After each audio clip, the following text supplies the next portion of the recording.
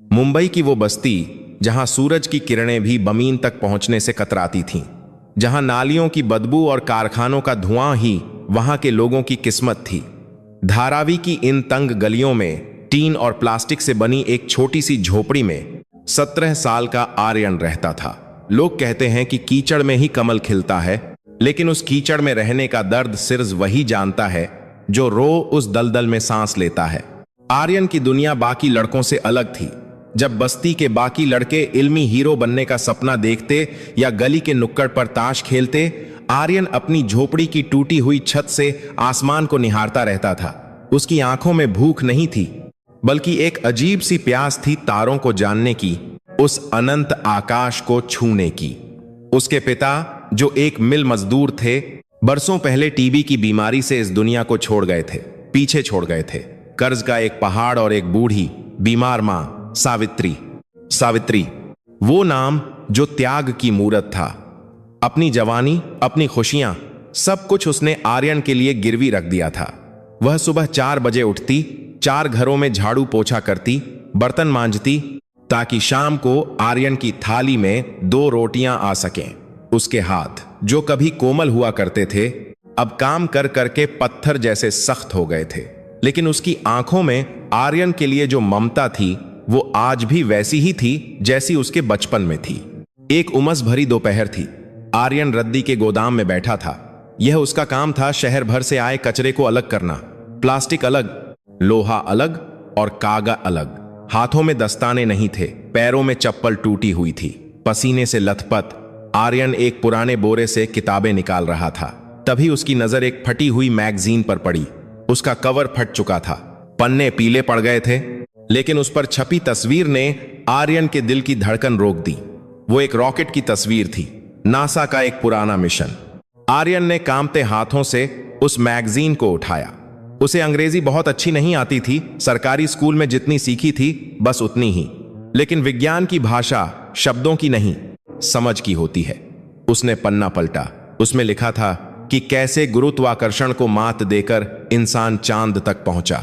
आर्यन वहीं उस कचरे के ढेर पर बैठ गया।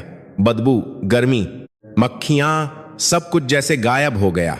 उसके लिए वो रद्दी का गोदाम अब कोई नर्क नहीं था, वो उसका क्लासरूम बन गया था। शाम को जब वो घर लौटा तो मां चूल्हे के पास बैठी खांस रही थी। धुएं से उसकी आंखें लाल हो गई थीं। आर्यन ने दौड़कर पानी का लोटा मां के मुंह से लगाया। मां, तुम आराम क्यों नहीं करती? मैं आ गया हूं ना, मैं बना लूंगा खाना, आर्यन ने कहा, मां की पीठ सहलाते हुए। सावित्री ने फीकी मुस्कान के साथ बेटे को देखा। अरे पगले, तू दिन भर काम करके थका हारा आया है, मैं तो बस बैठी ही थी। देख, आज तेरे लिए तेरी पसंद की आलू की सब्जी बनाई है। आर्यन जानता था कि मां झूठ बोल रही है। घर में सब्जी लाने के पैसे नहीं थे। एरूर वो बाजार में सब्जी वालों से बचे कुचे दागी आलू मांगकर लाई होगी। उसके गले में निवाला अटक गया। उसने अपनी जेब से वो फटी हुई मैगजीन निकाली। मां, देखो मुझे क्या मिला। आर्यन की आवाज में एक बच्चे जैसा उत्साह था। सावित्री ने उस मैगजीन को देखा। उसे अक्षर नहीं आते थे, लेकिन बेटे की खुशी उसे समझ आती थी। क्या है ये बेटा? कोई खिलौना है? नहीं मां, यह खिलौना नहीं है, ये रॉकेट है। ये आसमान में जाता है, तारों के पास। लोग इसमें बैठकर दूसरी दुनिया में जाते हैं। आर्यन ने आसमान की तरफ इशारा करते हुए कहा। सावित्री की आंखों में एक डर सा आ गया। उसने मैगजीन को एक तरफ रख दिया और आर्यन का हाथ पकड़ लिया। बेटा, ये सब बड़े लोगों की बातें हैं, हम गरीब लोग हैं। हमारे सपने हमारी झोपड़ी की छत से ऊंचे नहीं होने चाहिए, वरना जब गिरते हैं तो चोट बहुत लगती है। तेरे बापू भी बहुत बड़े सपने देखते थे, और देख क्या हुआ। हमें बस 2 वक्त की रोटी मिल जाए, इज्जत की जिंदगी मिल जाए, वही बहुत है। मां की बातों में दुनियादारी की कड़वी सच्चाई थी, लेकिन आर्यन का मन मानने को तैयार नहीं था। उस रात जब मां सो गई, आर्यन बाहर चबूतरे पर आ गया। बस्ती की बत्तियां बुझ चुकी थीं। दूर कहीं कुत्तों के भौंकने की आवाज आ रही थी। आर्यन ने अपनी वो मैगजीन फिर खोली। स्ट्रीट लाइट की मध्यम रोशनी में वह उन चित्रों को देखने लगा। उसके पास कोई लैब नहीं थी, कोई कंप्यूटर नहीं था, कोई बड़ा गुरु नहीं था। उसके पास था तो बस कचरा। अगले दिन से आर्यन का पागलपन शुरू हो गया। उसने तय कर लिया था कि वह सीखेगा, वह समझेगा कि ये मशीनें कैसे उड़ती हैं, रद्दी के गोदाम में अब वो सिर्फ कचरा बीनने वाला मजदूर नहीं था, वो एक अन्वेषक बन गया था। उसे जो भी किताब मिलती, चाहे वो 10वीं की भौतिक विज्ञान हो या इंजीनियरिंग की रद्दी किताबें, वह उसे घर ले आता। बस्ती के लोग उसे पागल कहने लगे थे। अरे देखो, वो जा रहा है आइंस्टीन का पोता। नुक्कड़ पर बैठे बेकार लड़के उस पर फप्तियां कसते। क्यों बे आर्यन, आज कौन सा जहाज उड़ा रहा है? सुना है तू चांद पर प्लॉट खरीदने वाला है। सब हंस पड़ते। आर्यन सिर झुकाकर निकल जाता। उसे बुरा लगता था, बहुत बुरा, लेकिन वह पलटकर जवाब नहीं देता था। उसे पता था कि जवाब जुबान से नहीं, काम से दिया जाता है। एक दिन उसे कबाड़ में एक पुराना टूटा हुआ चश्मा और पीवीसी पाइप का एक टुकड़ा मिला। उसके दिमाग में एक बिजली सी कौंधी। उसने अपनी किताबों में लेंस और प्रकाश के बारे में पढ़ा था। वह जानता था कि अगर उत्तल लेंस को सही दूरी पर रखा जाए तो दूर की चीजें पास दिख सकती हैं। अगले एक हफ्ते तक आर्यन अपनी झोपड़ी के पीछे वाले हिस्से में खटखट करता रहा। उसने पाइप को काटा, उसे घिसकर चिकना किया, चश्मे के शीशे को बड़ी सावधानी से निकाला। उसके पास गोंद खरीदने के पैसे नहीं थे, तो उसने पेड़ का लसा और पिघला हुआ प्लास्टिक इस्तेमाल किया। उसके हाथ कई बार कटे, कई बार जल गए, लेकिन वह रुका नहीं। सावित्री उसे देखती रहती।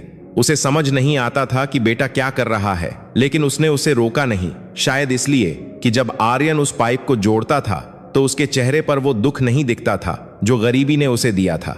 7वें दिन की रात आर्यन ने अपना यंत्र तैयार कर लिया।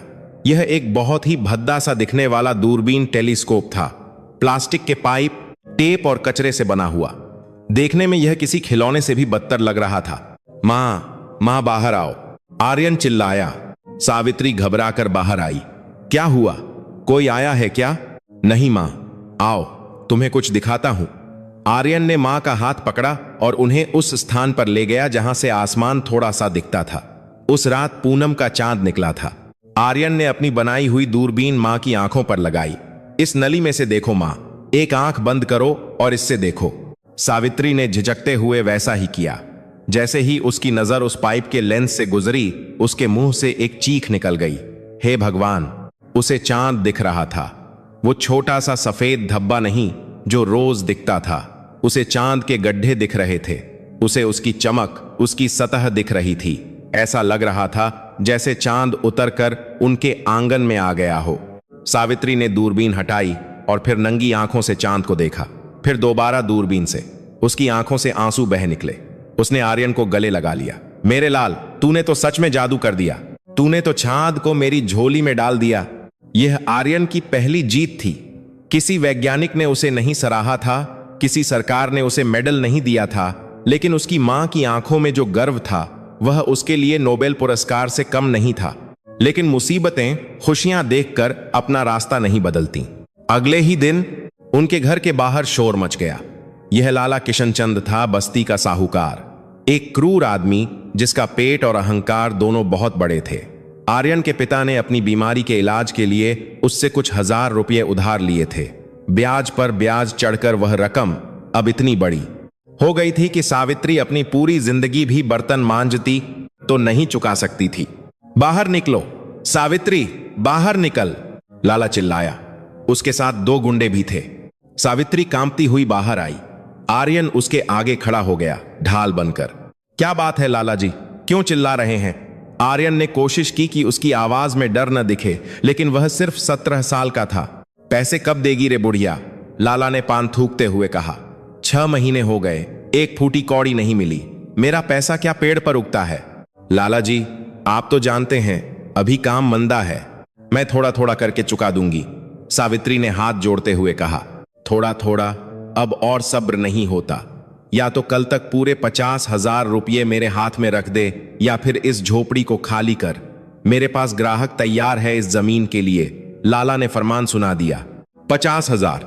यह रकम सुनकर आर्यन और सावित्री के पैरों तले जमीन खिसक गई। 50,000 रुपये उन्होंने एक साथ कभी देखे भी नहीं थे। लाला जी, रहम करो, हम कहां जाएंगे? यही तो एक छत है हमारे सिर पर। सावित्री लाला के पैरों में गिर पड़ी। आर्यन का खून खौल उठा। उसे अपनी मां को इस तरह गिड़गिड़ाते देख बहुत गुस्सा आ रहा था, लेकिन वह बेबस था। गरीबी इंसान की रीढ़ की हड्डी तोड़ देती है। लाला ने पैर झटक दिया। रहम गया तेल लेने, कल शाम तक का वक्त है। पैसे नहीं तो घर नहीं। वह अपने गुंडों के साथ चला गया। पीछे छोड़ गया एक डरावना सन्नाटा। सावित्री वहीं जमीन पर बैठकर रोने लगी। अब क्या होगा आर्यन? हम सड़क पर आ जाएंगे। तेरे बापू की आखिरी निशानी भी चली जाएगी। आर्यन ने मां को उठाया, उन्हें पानी पिलाया और सुला दिया, लेकिन उसकी आंखों में नींद नहीं थी। वह अपनी टूटी हुई दूरबीन को देख रहा था। क्या यह सपने देखने की सजा है? क्या गरीब को आसमान देखने का हक नहीं है? अगले दिन आर्यन काम पर नहीं गया।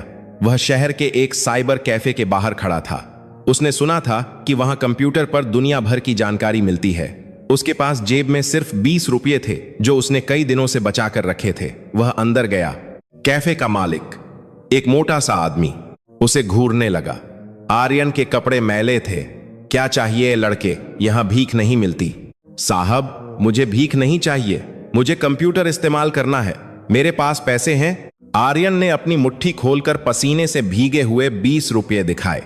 मालिक ने पैसे ले लिए और उसे सबसे कोने वाला कंप्यूटर दे दिया। आधा घंटा है तेरे पास, जल्दी कर। आर्यन कंप्यूटर के सामने बैठा। उसने पहली बार कीबोर्ड को हाथ लगाया था। उसकी उंगलियां कांप रही थीं। उसने धीरे धीरे टाइप किया, साइंस कंपटीशन, प्राइज मनी, विज्ञान प्रतियोगिता, इनाम राशि। स्क्रीन पर कई चीजें खुलीं। उसकी अंग्रेजी कमजोर थी। वह अटक अटक कर पढ़ रहा था। तभी उसकी नजर एक विज्ञापन पर पड़ी। अंतर्राष्ट्रीय युवा खगोल विज्ञान चुनौती, इंटरनेशनल यूथ एस्ट्रोनॉमी चैलेंज। विषय, कम लागत में अंतरिक्ष अन्वेषण के लिए नवाचार, innovation for low cost space exploration. प्रथम पुरस्कार 5 लाख रुपए और नासा नसा जाने का मौका। अंतिम तिथि 10 दिन बाद। 5 लाख रुपये। आर्यन की आंखें फटी की फटी रह गईं। 5 लाख रुपये में न केवल लाला का कर्ज उतर जाता, बल्कि उसकी मां को कभी काम नहीं करना पड़ता। वह उन्हें एक अच्छा घर दे सकता था। और नासा, वह सपना जो वह खुली आंखों से देखता था। लेकिन फिर उसने नीचे की शर्तें पढ़ी। प्रतिभागी को किसी मान्यता प्राप्त स्कूल या कॉलेज का छात्र होना चाहिए। प्रोजेक्ट की विस्तृत रिपोर्ट और काम करने वाला मॉडल, वर्किंग मॉडल जमा करना होगा।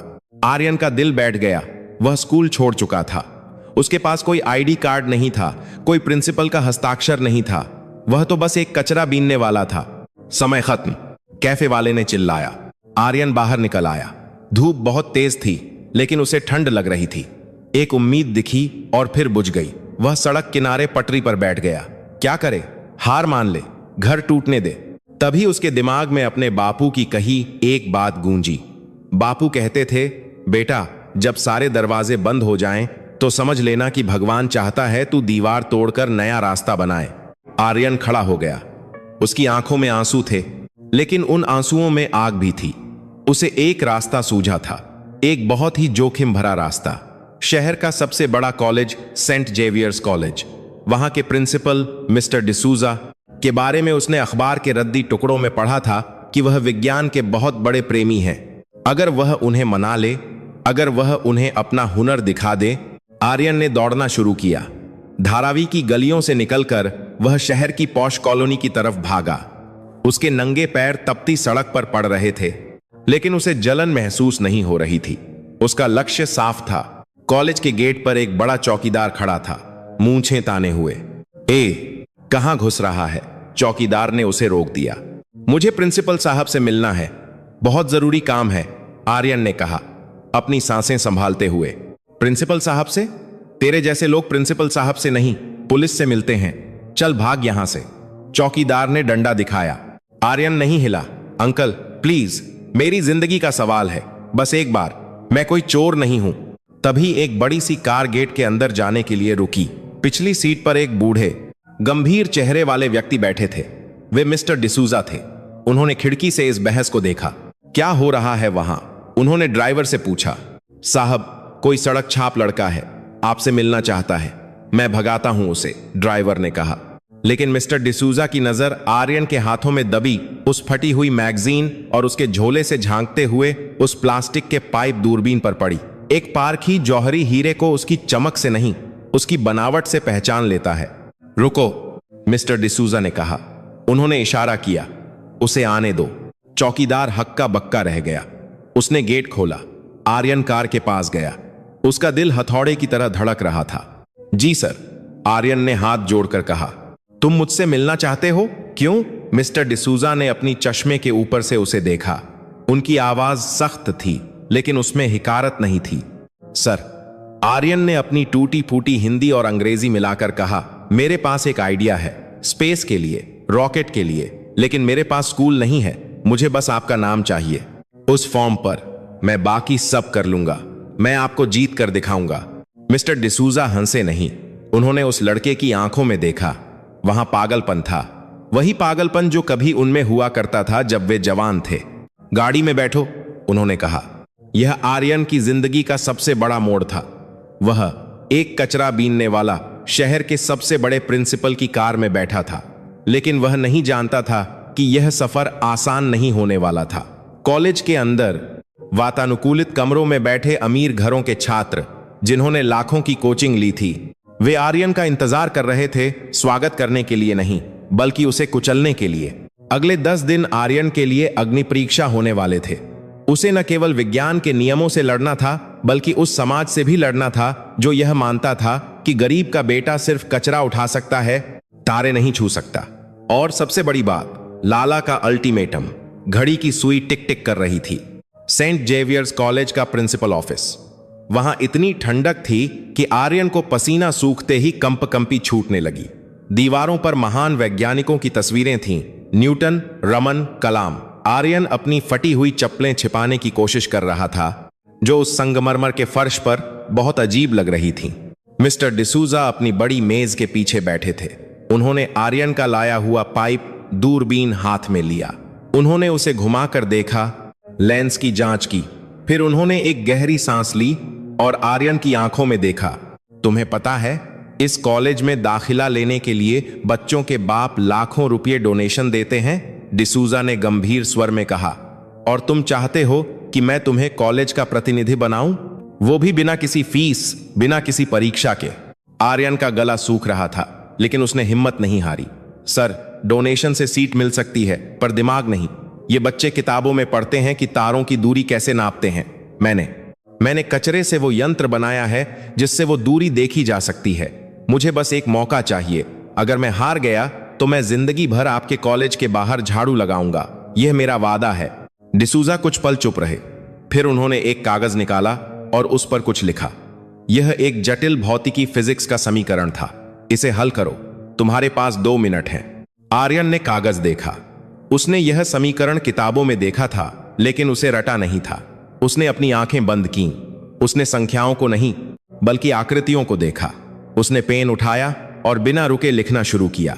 उसने किताबी तरीका नहीं अपनाया, बल्कि एक छोटा सीधा रास्ता निकाला जो उसने मशीनों को खोलते वक्त सीखा था। 1.5 मिनट में उसने पेन रख दिया। डिसूजा ने उत्तर देखा। उनकी भौहें तन गईं।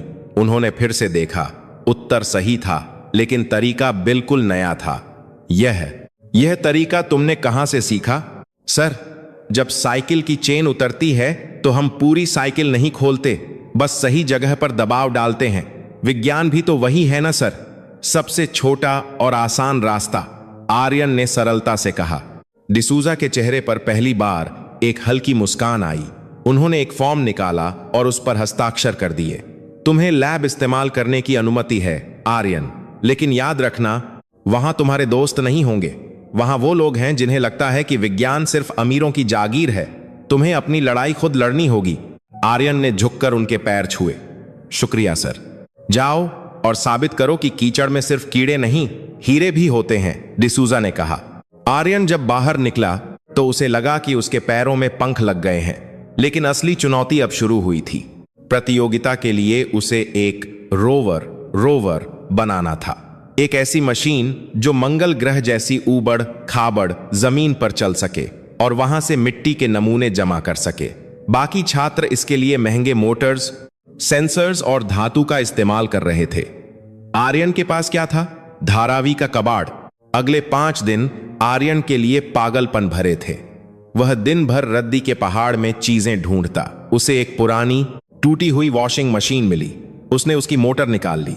एक बच्चे की फेंकी हुई रिमोट कंट्रोल कार से उसने गियर निकाले। एक पुराने रेडियो से उसने ट्रांजिस्टर और तार निकाले। बस्ती के लोग उसे देखते और सिर हिलाते। पागल हो गया है लड़का। मां कर्ज में डूब रही है और यह कबाड़ इकट्ठा कर रहा है। लेकिन सावित्री को उस पर भरोसा था। रात के 2 बजे जब पूरी बस्ती सो रही होती, आर्यन अपनी झोपड़ी के बाहर बल्ब की पीली रोशनी में काम करता। सावित्री उसके पास बैठती, उसे हाथ से पंखा झलती ताकि मच्छर न काटे। थक गया होगा बेटा, सो जा अब, सावित्री कहती। नहीं मां, आर्यन अपनी मशीन के पहियों को कसते हुए कहता। अगर मैं आज सो गया तो हमारी किस्मत हमेशा के लिए सो जाएगी। यह मशीन नहीं है मां, यह हमारी आजादी है। उसने पहियों के लिए पुरानी रबर की चप्पलों को काटकर आकार दिया। कैमरा लगाने के लिए उसने एक पुराने मोबाइल का लेंस निकालकर फिट किया। शरीर बनाने के लिए उसने एल्यूमिनियम के डिब्बों को पिघलाकर चादर बनाई। यह जुगाड़ का बेहतरीन नमूना था। दिखने में यह बदसूरत था, जगह जगह टेप लगा हुआ, तारों का जंजाल, लेकिन इसके अंदर आर्यन का दिल धड़क रहा था। छठे दिन आर्यन अपना मॉडल लेकर कॉलेज की लैब में पहुंचा। यह एक विशाल हॉल था जहां वातानुकूलित हवा चल रही थी और महंगी मशीनों की आवाज गूंज रही थी। वहां शहर के सबसे रईस और होनहार छात्र अपने अपने प्रोजेक्ट्स पर काम कर रहे थे। उनके मॉडल चमक रहे थे स्टील और क्रोम से बने, रंग बिरंगी बत्तियों के साथ। जैसे ही आर्यन अंदर दाखिल हुआ, सन्नाटा छा गया। उसका मैला कुर्ता, पसीने की बदबू और हाथों में वो अजीब सी मशीन, सब कुछ वहां के माहौल से अलग था। ये कूड़े वाला यहां क्या कर रहा है? एक तेज आवाज आई। यह विक्रम था, कॉलेज का सबसे अमीर छात्र और पिछले साल का साइंस चैंपियन। उसके पिता का बहुत बड़ा कंस्ट्रक्शन का कारोबार था। विक्रम अपने दोस्तों के साथ खड़ा हंस रहा था। शायद रास्ता भटक गया है, दूसरे लड़के ने कहा। ए छोटू, डस्टबिन बाहर है, कचरा वहां डालो, यहां लैब में नहीं। पूरी क्लास जोर से हंस पड़ी। आर्यन का चेहरा अपमान से लाल हो गया। उसने अपनी मशीन को सीने से लगा लिया। मैं यहां पार्टिसिपेट करने आया हूं। डिसूजा सर ने परमिशन दी है, आर्यन ने धीमी आवाज में कहा। विक्रम आगे आया। उसने आर्यन की मशीन को उंगली से ठोक कर देखा। ओह, तो यह तुम्हारा प्रोजेक्ट है? क्या है यह डिब्बा? यह चलेगा या फटेगा? यह रोवर है, यह किसी भी सतह पर चल सकता है, आर्यन ने मजबूती से कहा। अच्छा, विक्रम की आंखों में शरारत थी। तो चलो देखते हैं। अगर यह मेरे रोवर को रेस में हरा दे तो मैं मान जाऊंगा कि तुम यहां रहने के लायक हो, वरना अपना यह कबाड़ उठाना और यहां से दफा हो जाना। लैब के बीच में एक कृत्रिम ट्रैक बना हुआ था जिसमें पत्थर और रेत थी, मंगल ग्रह जैसी सतह। विक्रम ने अपना चमचमाता रोवर रखा। वह देखने में किसी साइंस फिक्शन फिल्म की मशीन जैसा लग रहा था। आर्यन ने अपना टेप लगा हुआ डिब्बा उसके बगल में रखा। रेडी गो, विक्रम ने चिल्लाया। विक्रम का रोवर तेजी से भागा। उसकी मोटर की आवाज बहुत स्मूथ थी, लेकिन जैसे ही वह बड़े पत्थरों के पास पहुंचा, वह अटक गया। उसके पहिए स्लिप होने लगे। वह महंगा था, लेकिन उसका डिजाइन सिर्फ समतल जमीन के लिए था। आर्यन ने अपनी मशीन का रिमोट, जो उसने टीवी रिमोट से बनाया था, दबाया। उसकी मशीन घरघराई। आवाज बहुत खराब थी, खट खट खट। सब हंसने लगे, लेकिन फिर जादू हुआ। आर्यन ने रबर की चप्पलों से जो पहिए बनाए थे, उनकी पकड़ ग्रिप जबरदस्त थी। मशीन धीरे धीरे पत्थरों के ऊपर चढ़ने लगी। वॉशिंग मशीन की मोटर में ताकत, टॉर्क बहुत ज्यादा थी। वह बिना रुके, बिना फिसले, ऊबड़ खाबड़ पत्थरों को पार करती चली गई। हंसी धीरे धीरे सन्नाटे में बदल गई। विक्रम का मुंह खुला का खुला रह गया। आर्यन का कचरा उसके लाखों के खिलौने को पीछे छोड़ चुका था। आर्यन का रोवर ट्रैक के आखिरी छोर तक पहुंचा। वहां रखे झंडे को अपनी यांत्रिक बांह, जो साइकिल की ब्रेक वायर से बनी थी, से उठाया और वापस मुड़ गया। लैब असिस्टेंट, जो कोने में खड़ा देख रहा था, ताली बजाने ही वाला था कि विक्रम ने उसे घूर कर रोक दिया। विक्रम का अहंकार चकनाचूर हो गया था। एक बस्ती के लड़के ने उसे उसके ही मैदान में हरा दिया था। वह आर्यन के पास गया। उसका चेहरा गुस्से से तमतमा रहा था। यह सिर्फ तुक्का था, विक्रम फुसफुसाया। तुम्हें क्या लगता है तुम यह सब कबाड़ जोड़कर नासा जाओगे? वहां क्लास देखी जाती है, स्टैंडर्ड देखा जाता है, और तुम्हारी औकात। उसने आर्यन के फटे हुए कॉलर को छुआ। तुम्हारी औकात इस कॉलेज के गेट के बाहर है। आर्यन ने उसका हाथ झटक दिया। उसकी आंखों में अब डर नहीं था। विज्ञान औकात नहीं, परिणाम देखता है, और मेरा परिणाम तुम्हारे सामने है। तुम अपने बाप के पैसों से चीजें खरीद सकते हो विक्रम, लेकिन बुद्धि बाजार में नहीं मिलती। तू, विक्रम ने मुट्ठी भींच ली। वह आर्यन को मारने ही वाला था कि तभी घंटी बज गई। लंच ब्रेक हो गया। बच गया तू, विक्रम ने जाते जाते धमकी दी। लेकिन याद रखना, फाइनल कंपटीशन में मैं तुझे जीतने नहीं दूंगा। साम दाम दंड भेद, मैं कुछ भी करूंगा। आर्यन ने राहत की सांस ली। उसने अपनी मशीन को प्यार से सहलाया। उसे पता था कि उसने दुश्मन बना लिए हैं, लेकिन उसे यह भी पता था कि उसकी मशीन में दम है। शाम को जब वह घर लौटा तो माहौल अजीब था। सावित्री दरवाजे पर नहीं थी। घर का सामान बिखरा हुआ था। आर्यन का दिल जजोर से धड़कने लगा। मां, उसने आवाज दी। पड़ोस की चाची दौड़कर आईं। आर्यन, तू कहां था? लाला के आदमी आए थे। उन्होंने सावित्री को धक्का दिया। वह गिर गई। उसे अस्पताल ले गए हैं। आर्यन के हाथों से उसका बैग छूट गया। दुनिया घूम गई। वह पागलों की तरह सरकारी अस्पताल की तरफ भागा। अस्पताल के बरामदे में सावित्री एक टूटी हुई खाट पर लेटी थी। उसके सिर पर पट्टी बंधी थी। वह बेहोश नहीं थी, लेकिन दर्द से कराह रही थी। मां, आर्यन उसके पैरों में गिर पड़ा। मां, ये किसने किया? सावित्री ने कांपते हाथ से आर्यन का चेहरा हुआ। मैं ठीक हूं बेटा, बस थोड़ी चोट लगी है। लाला कह रहा था कि कल आखिरी दिन है। अगर कल शाम तक पैसे नहीं मिले तो वह घर पर कब्जा कर लेगा और हमें पुलिस में दे देगा। आर्यन की आंखों से आंसू बह निकले। उसने अपनी मुट्ठी भींच ली। कल प्रतियोगिता का दिन था।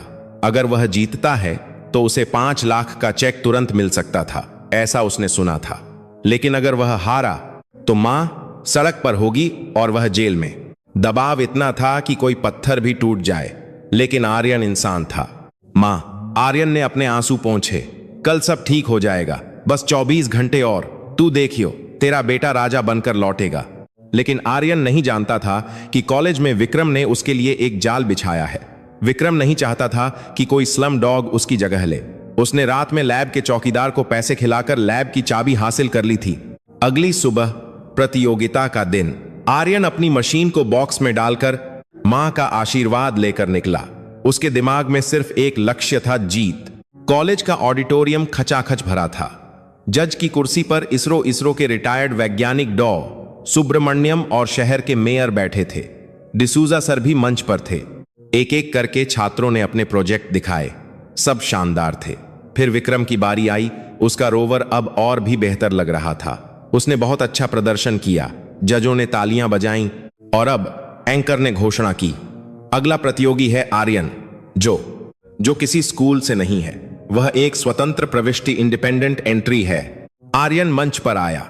उसने अपना बॉक्स खोला, लेकिन जैसे ही उसने अपनी मशीन बाहर निकाली, हॉल में एक अजीब सी आवाज गूंजी। आर्यन सन्न रह गया। उसकी मशीन, उसकी मेहनत, वह टूटी हुई थी। उसके रोवर के तार कटे हुए थे।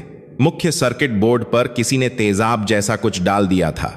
वह पूरी तरह जल चुका था। यह एक हादसा नहीं था, यह हत्या थी, एक सपने की हत्या। विक्रम, जो पहली पंक्ति में बैठा था, मंद मंद मुस्कुरा रहा था। उसने अपने गले पर अंगूठा फेरते हुए आर्यन को इशारा किया। खत्म। जज डॉ सुब्रमण्यम ने चश्मा ठीक करते हुए पूछा, बेटा क्या हुआ? अपना डेमो शुरू करो। आर्यन की आंखों के सामने अंधेरा छा गया। मां का चेहरा, लाला की धमकी और वो जला हुआ सर्किट। उसके पास कुछ नहीं बचा था। सब खत्म हो गया था। सर, मैं। आर्यन की आवाज भर्रा गई। मेरी मशीन खराब हो गई है। भीड़ में फुसफुसाहट होने लगी। देखा, कहा था ना, ये सड़क छाप क्या बनाएगा? जरूर कबाड़ उठाया होगा, टूट गया होगा। डिसूजा सर अपनी कुर्सी से खड़े हो गए। वह भी हैरान थे। क्या आर्यन हार मान लेगा? क्या कहानी यहीं खत्म हो जाएगी, या फिर एक जीनियस के दिमाग में प्लान बी हमेशा तैयार रहता है? आर्यन ने अपनी मशीन के अंदर झांका। मुख्य बोर्ड जल चुका था, लेकिन मोटर सही थी और उसकी जेब में अभी भी वो पुराना पेचकस और एक छोटा सा तांबे का तार पड़ा था। मंच पर खड़े खड़े हजारों लोगों के सामने आर्यन ने एक ऐसा फैसला लिया जो या तो उसे पागल साबित करता या फिर महान। सर, आर्यन ने माइक पर कहा। उसकी आवाज अब कांप नहीं रही थी। मुझे बस 5 मिनट चाहिए। मशीन का दिल रुक गया है, लेकिन धड़कन वापस लाई जा सकती है। ऑडिटोरियम में सन्नाटा था, लेकिन वह शांति नहीं थी। वह तूफान से पहले की खामोशी थी। हारों आंखें मंच पर बैठे उस अकेले लड़के पर टिकी थीं। बड़ी बड़ी स्क्रीन पर आर्यन का पसीने से लथपथ चेहरा और उसके कांपते हुए हाथ दिखाई दे रहे थे। घड़ी की सुई टिक टिक कर रही थी। 5 मिनट, सिर्फ 5 मिनट थे। एक मरे हुए सपने को जिंदा करने के लिए। आर्यन ने अपनी मशीन को खोला। अंदर से अभी भी जलने की बदबू आ रही थी। मुख्य सर्किट बोर्ड, जो मशीन का दिमाग था, वह पूरी तरह काला पड़ चुका था। विक्रम ने बहुत सफाई से काम किया था। उसने कंट्रोलर चिप को जला दिया था। इसका मतलब था कि अब मशीन को रिमोट से नियंत्रित नहीं किया जा सकता था। पहियों को कब घूमना है, कब रुकना है, यह बताने वाला दिमाग मर चुका था। पहली पंक्ति में बैठा विक्रम अपने दोस्तों को कोहनी मार रहा था। देखो, अब यह कबाड़ी रोना शुरू करेगा, विक्रम ने फुसफुसाते हुए कहा। लेकिन आर्यन रो नहीं रहा था। उसकी आंखों के सामने अंधेरा था और उस अंधेरे में उसे सिर्फ एक चेहरा दिखाई दे रहा था, अस्पताल के बिस्तर पर पड़ी उसकी मां। अगर वह आज हार गया तो वह अपनी मां की नजर में हमेशा के लिए गिर जाएगा। दिमाग मर गया है तो क्या हुआ, दिल तो अभी भी धड़क रहा है। आर्यन ने मन ही मन सोचा। उसने देखा कि बैटरी ठीक है और मोटर भी ठीक है, सिर्फ उन दोनों को जोड़ने वाला रास्ता कट गया था। उसने अपनी जेब से अपना वह पुराना जंग लगा पेचकस निकाला। हॉल में कुछ लोग हंसे। जहां बाकी छात्र लैपटॉप और टैबलेट का इस्तेमाल कर रहे थे, यह लड़का एक पुराने पेचकस से अंतरिक्ष विज्ञान की मशीन ठीक कर रहा था। आर्यन ने पेचकस से जल चुके सर्किट बोर्ड को उखाड़कर फेंक दिया। अब उसके सामने नंगे तार थे, लाल तार बैटरी का और काला तार मोटर का। उसके पास जोड़ने के लिए कोई टेप नहीं था, कोई सोल्डरिंग आयरन नहीं था। उसने अपनी जेब टटोली। वही तांबे का छोटा सा टुकड़ा निकला जो उसने सुबह रद्दी से उठाया था, लेकिन उसे छीलने के लिए उसके पास कटर नहीं था। आर्यन ने एक पल भी नहीं सोचा। उसने तार को अपने मुंह में डाला और अपने दांतों से प्लास्टिक की कोटिंग को जोर से खींचा। उसके मसूड़ों में तांबे का कड़वा स्वाद और हल्का सा खून आ गया, लेकिन तार छिल गया। छी, गवार कहीं का, किसी ने पीछे से कहा। लेकिन मंच पर बैठे डॉ. सुब्रमण्यम की आंखें चमक उठीं। उन्होंने अपनी कुर्सी को थोड़ा आगे खिसकाया। वह देख रहे थे कि लड़का हार मानने के बजाय लड़ रहा है। 3 मिनट बीत चुके थे। आर्यन ने अब एक बहुत बड़ा जुआ खेला। चूंकि कंट्रोलर जल चुका था, वह मशीन की रफ्तार कम या ज्यादा नहीं कर सकता था। अगर वह तार को सीधे जोड़ देता तो मशीन पूरी ताकत से भागेगी और गिर जाएगी। उसे कुछ ऐसा करना था जिससे वह बिजली के प्रवाह को अपनी उंगलियों से नियंत्रित कर सके। उसने तारों को पक्का नहीं जोड़ा, उसने उन्हें खुला छोड़ दिया। उसने एक मैनुअल स्विच बनाया अपने अंगूठे और तर्जनी उंगली के बीच। सर, मैं तैयार हूं, आर्यन ने खड़े होकर कहा। उसके हाथ काले हो चुके थे, होंठ पर खून था और बाल बिखरे हुए थे। वह किसी वैज्ञानिक से ज्यादा एक योद्धा लग रहा था। मेयर साहब ने घड़ी देखी। ठीक है, दिखाओ अपना कमाल। आर्यन ने अपनी मशीन को ट्रैक की शुरुआत पर रखा। उसके हाथ में रिमोट नहीं था, उसके हाथ में मशीन से निकलता हुआ एक लंबा तार था। यह नियमों के खिलाफ हो सकता था, लेकिन इस वक्त कोई नियम नहीं, सिर्फ परिणाम मायने रखता था। आर्यन ने दोनों नंगे तारों को आपस में स्पर्श कराया। चिंगारी निकली। खट, मशीन को झटका लगा। विक्रम जोर से हंसा। अरे, दिवाली मना रहा है क्या? पटाखे फोड़ रहा है? आर्यन ने हंसी को अनसुना कर दिया। उसका पूरा ध्यान अपनी उंगलियों पर था। जैसे एक तबला वादक अपनी उंगलियों की थाप से संगीत पैदा करता है, आर्यन अपनी उंगलियों से बिजली की धारा करंट को नियंत्रित कर रहा था। उसने तारों को 1 सेकंड के लिए जोड़ा, फिर हटाया, फिर जोड़ा, फिर हटाया। घर घर घर। मशीन चलने लगी। वह लगातार नहीं चल रही थी, वह आर्यन की उंगलियों की धड़कन के साथ चल रही थी। जैसे ही आर्यन तार जोड़ता, मशीन आगे बढ़ती। जैसे ही हटाता, वह रुक जाती। ऑडिटोरियम में सन्नाटा छा गया। विक्रम की हंसी उसके गले में ही अटक गई। मशीन अब चढ़ाई वाले हिस्से पर थी। यहां बड़े बड़े पत्थर थे। यह सबसे मुश्किल हिस्सा था। अगर रफ्तार ज्यादा हुई तो मशीन पलट जाएगी, अगर कम हुई तो फिसल जाएगी। आर्यन का पसीना उसकी आंखों में जा रहा था। तारों के घर्षण से उसकी उंगलियां जलने लगी थीं। नंगे तार गर्म हो रहे थे। उसे करंट के हल्के झटके भी लग रहे थे, लेकिन उसने उंगलियां नहीं हटाईं। उसे दर्द का एहसास ही नहीं हो रहा था। उसे बस वो 5 लाख रुपये दिख रहे थे। चल चल मेरी जान, आर्यन बुदबुदाया। मशीन एक बड़े पत्थर पर अटक गई। पहिया हवा में घूमने लगा। भीड़ की सांसें थम गईं। आर्यन ने तार को जोर से दबाया, पूरी पावर दी। मशीन का पिछला हिस्सा हवा में उठा और एक जोरदार खट्टाक के साथ उसने पत्थर को पार कर लिया। शाबाश! डॉ. सुब्रमण्यम के मुंह से अचानक निकल गया। अब आखिरी पड़ाव था। मशीन को वहां से मिट्टी का नमूना उठाना था, लेकिन रोबोटिक आर्म हाथ का मोटर भी उसी तार से जुड़ा था। आर्यन को एक ही तार से दो काम करने थे। यह लगभग नामुमकिन था। उसने एक हाथ से मशीन का संतुलन बनाया और दूसरे हाथ से तारों को एक खास लय रिदम में टच किया। 2 बार जल्दी, 1 बार देर तक। यह उसकी अपनी बनाई हुई कोडिंग थी। मशीन का यांत्रिक हाथ खुला। उसने नीचे से एक मुट्ठी रेत उठाई और अपने कंटेनर में डाल दी। हॉल में पिन गिरने जैसी शांति थी। लोग अपनी कुर्सियों के किनारे पर बैठे थे। यह किसी हॉलीवुड फिल्म का दृश्य नहीं था, यह एक गरीब लड़के की जिद का तमाशा था। आर्यन ने तारों को अलग किया। मशीन रुक गई। उसने मशीन को उठाया और जजों की मेज की तरफ बढ़ा। उसके हाथ जल चुके थे, उंगलियों पर छाले पड़ गए थे। उसने मेज पर मशीन रखी और रेत वाला कंटेनर खोलकर दिखाया। मिशन पूरा हुआ सर, आर्यन ने कहा। उसकी आवाज में थकान थी, लेकिन रीढ़ की हड्डी सीधी थी। एक पल के लिए कोई कुछ नहीं बोला। फिर अचानक तालियों की गड़गड़ाहट गूंज उठी। यह तालियां अमीर छात्रों की नहीं थीं। यह उन प्रोफेसरों, कर्मचारियों और पीछे बैठे आम लोगों की थीं जो इस चमत्कार को महसूस कर पा रहे थे। डॉ. सुब्रमण्यम अपनी सीट से खड़े हो गए। यह एक बहुत बड़ा सम्मान था। बेटा, डॉ. सुब्रमण्यम ने माइक हाथ में लिया। मैंने नासा में, इसरो में बड़े बड़े इंजीनियर देखे हैं, लेकिन आज तुमने जो किया वो किसी किताब में नहीं पढ़ाया जाता। तुमने रिमोट जल जाने के बाद खुद को रिमोट बना लिया। आर्यन ने सिर झुका लिया। सर, मशीन टूटी थी, हौसला नहीं। मेरे बापू कहते थे, अगर रास्ता न मिले तो खुद रास्ता बन जाओ। डॉ. सुब्रमण्यम की आंखों में नमी आ गई। उन्होंने आर्यन के जलते हुए हाथों को अपने हाथों में लिया। ये हाथ नहीं है, ये भारत का भविष्य है। जिन हाथों में इतना हुनर हो, उन्हें कचरा नहीं उठाना चाहिए। तभी विक्रम अपनी सीट से खड़ा हो गया। उसे अपनी हार बर्दाश्त नहीं हो रही थी। उसका चेहरा गुस्से से लाल था। ऑब्जेक्शन सर, विक्रम चिल्लाया। यह चीटिंग है। नियमों के मुताबिक रोवर को वायरलेस बिना तार के होना चाहिए था। इसने तार का इस्तेमाल किया है। इसे अयोग्य, डिस्क्वालीफाई घोषित किया जाना चाहिए। हॉल में फिर से शोर होने लगा। कुछ लोग विक्रम की बात से सहमत थे।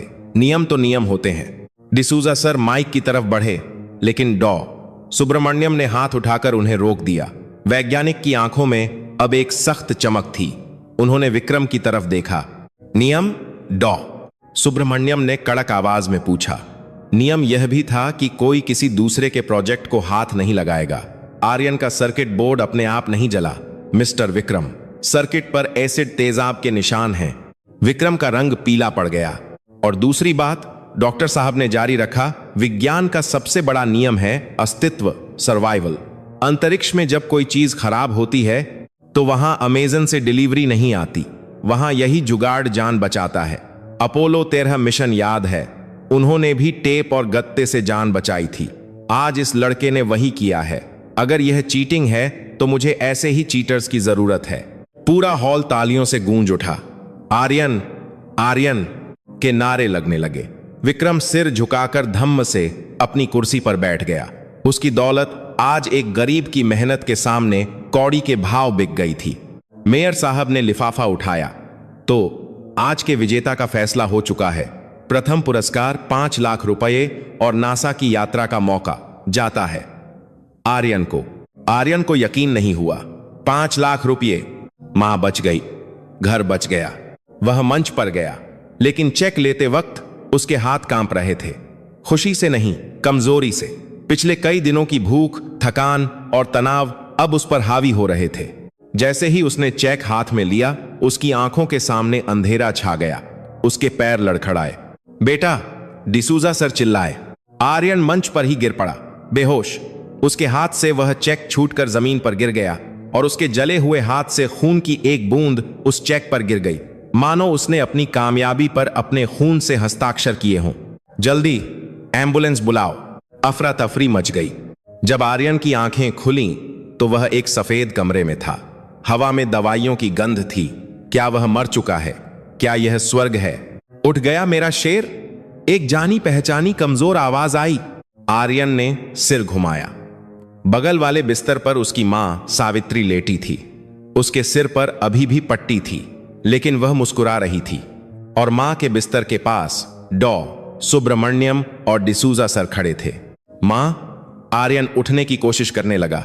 मां, वो प्रतियोगिता, वो पैसे, सब ठीक है बेटा, सब ठीक है। सावित्री ने उसका हाथ थाम लिया। तू जीत गया। सबने टीवी पर देखा, डॉक्टर साहब खुद आए हैं। डॉ सुब्रमण्यम आगे आए। उनके हाथ में वही चेक था। आर्यन, तुम्हारी मां का ऑपरेशन हो गया है, लाला का कर्ज भी चुक जाएगा। लेकिन एक बात बताओ। डॉक्टर साहब का चेहरा गंभीर हो गया। जब तुम बेहोश थे, हमने तुम्हारे घर की तलाशी ली।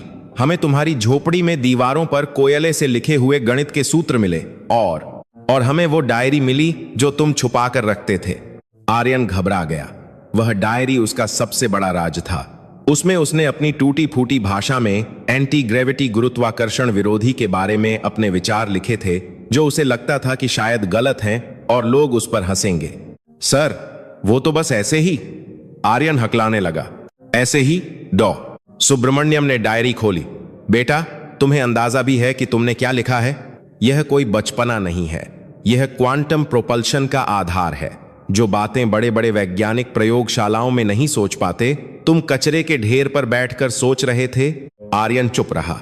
उसे समझ नहीं आ रहा था कि यह तारीफ है या डांट। मैंने नासा में बात की है, डॉ सुब्रमण्यम ने कहा। वो तुम्हें सिर्फ एक टूरिस्ट की तरह नहीं बुलाना चाहते, वो तुम्हें स्कॉलरशिप देना चाहते हैं। वो चाहते हैं कि तुम वहां जाकर पढ़ाई करो। नासा, पढ़ाई, वो सपना जो उसने कभी अपनी औकात से बाहर समझा था। लेकिन तभी आर्यन ने अपनी मां की तरफ देखा। बूढ़ी, बीमार, अकेली। अगर वह अमेरिका चला गया तो मां का क्या होगा? यह देश, यह मिट्टी, यह लोग, क्या वह सब छोड़ सकता है? आर्यन ने धीरे से अपना हाथ डॉ सुब्रमण्यम के हाथ से छुड़ाया। उसने एक गहरी सांस ली। सर, आर्यन ने कहा, नासा जाना मेरा सपना था, लेकिन उसने अपनी मां का हाथ कसकर पकड़ लिया। मेरा एक और सपना भी है। क्या? सब हैरान थे। क्या कोई नासा को मना कर सकता है? सर, मेरे जैसे हजारों आर्यन हैं धारावी में। आर्यन ने खिड़की से बाहर दिख रही झुग्गियों की तरफ इशारा किया, जिनके पास दिमाग है पर साधन नहीं, जो कचरे में हीरे तो हैं पर जौहरी नहीं मिलता। अगर मैं अमेरिका चला गया तो मैं शायद बड़ा वैज्ञानिक बन जाऊंगा, लेकिन अगर मैं यहां रहा, आर्यन की आंखों में एक नई चमक थी, तो मैं शायद हजारों वैज्ञानिक बना सकूंगा। कमरे में सन्नाटा छा गया। सावित्री की आंखों से आंसू बह रहे थे, गर्व के आंसू। डिसूजा सर ने अपना चश्मा उतार कर पूछा, तो तुम क्या करना चाहते हो? डॉक्टर साहब ने पूछा। सर, मुझे ये 5 लाख रुपये लाला का कर्ज चुकाने के लिए चाहिए, और जो बाकी बचेंगे। आर्यन ने अपनी मां को देखा, फिर डॉक्टर को। क्या हम बस्ती में एक छोटा सा स्कूल खोल सकते हैं, जहां सिर्फ रट्टा न लगवाया जाए बल्कि कबाड़ से जुगाड़ करना सिखाया जाए, जहां बच्चों को यह न बताया जाए कि आसमान बहुत दूर है? डॉ सुब्रमण्यम मुस्कुराए, एक ऐसी मुस्कान जो बहुत दुर्लभ थी। उन्होंने अपना हाथ आर्यन के सिर पर रखा। बेटा, नासा तो बहुत लोग गए हैं, लेकिन भारत को बदलने का जिगर बहुत कम लोगों में होता है।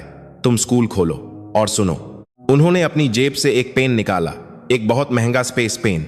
इसमें इसरो और मैं, हम दोनों तुम्हारी मदद करेंगे, यह वादा रहा। वर्षों बाद एपिलॉग। मुंबई की उसी बस्ती में जहां कभी कचरे के ढेर हुआ करते थे, अब एक पक्की इमारत खड़ी है। उसके गेट पर बड़े अक्षरों में लिखा है, सावित्री इनोवेशन सेंटर, सावित्री नवाचार केंद्र। अंदर क्लासरूम में ब्लैक बोर्ड नहीं है, बल्कि पुरानी मशीनों के पुर्जे, तार और मोटर बिखरे पड़े हैं। वहां बच्चे किताबों में सिर गड़ाए नहीं बैठे हैं, बल्कि हाथों में पेचकस लिए मशीनों से खेल रहे हैं। और कमरे के बीच में एक नौजवान आदमी खड़ा है।